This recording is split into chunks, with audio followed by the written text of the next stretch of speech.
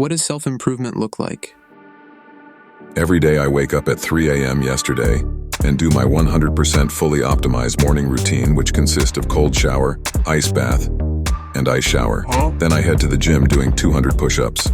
When I get back home, I write my daily gratitude journaling, in which I wrote today, I am grateful of succeeding day 478 of NoFap. Then I'll start meditating for 30 minutes while mewing at the same time, and after that, I do another 200 push-ups, because I need to put in twice as much as effort than my competition. When an average person work 8 hours a day, I work 16, because it is really just all about the grind, hustle, and discipline. Stop!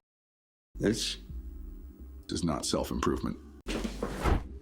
But unfortunately, this is what the internet teaches you on this topic. When you first stumble upon these self-improvement videos, learning about NoFap, cold showers, meditation, journaling, you feel motivated, thinking that if you just do all this, it will solve all your problems. But when you actually try to implement this in your life, you will get burned out at around the 2-week mark and then cry about this on Reddit before getting roasted for not having enough discipline. It's usually around this time that you stumble upon another wave of new self-improvement videos filling you with motivation, and the cycle continues until you finally realize that the bros were right. Self-improvement is really just masturbation. Doesn't mean that all these self-help gurus are wrong. There are certainly enormous benefits to doing these activities. It's just that when you were sitting there watching these self-improvement videos, you overestimated your discipline, thinking that the future you can do these things no problem. But when it comes time to actually draw upon your discipline to do these things day after day, you will find that it's actually really fucking hard.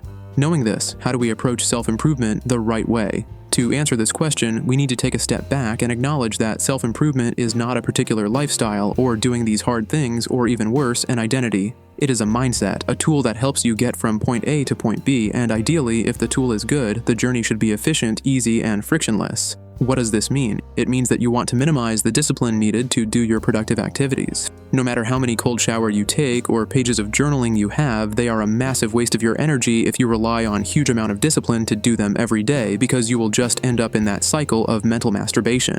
Instead, think about what's unique to you, what are the things you like and dislike, and how you can design your day so that your actions automatically align with your desired outcome effortlessly. Take the example of your average gamer who wants to start a workout routine. Something that works for him is that every time he dies in the game, this is what he do.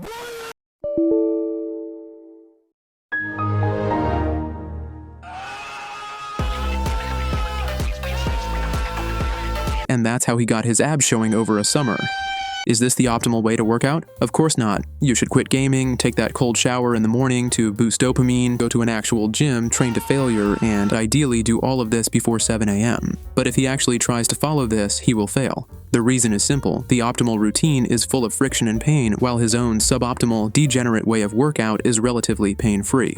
But you won't find this from watching self-improvement videos because they apply only to a tiny fraction of the population, and they are much harder to explain and justify compared to the common ones you see. More importantly, if the viewers fail to follow your video, they will blame their own lack of discipline rather than saying your advice is dog shit. What's more concerning is that these self-improvement videos themselves provide a dose of motivation, which acts like a short-term fix to their perceived discipline problems. Now, this begins to sound like an addiction. This leads to the final piece in the self-improvement puzzle. Discipline. We all know that discipline is trained when doing hard things when you are least motivated. If you actively avoid pain, does this mean you will never touch these habits in your life again? The key is to separate discipline training from your other self-improvement endeavors. If you think you can min-max your growth in both discipline and body by doing it the hard way, what you actually get is one particular letter in the alphabet. A good analogy for discipline is money. Say you want to get to school, you can either call an Uber or you can take the bus. Arguably, Uber is the more optimal way of doing this. It saves time and the experience is better. But if you do this every day, you will be broke and end up not going to school at all. Using discipline is like spending money, which you want to conserve it as much as possible, especially if you don't have much of it to begin with. But if you somehow do have the infinite money glitch, why settle for Uber?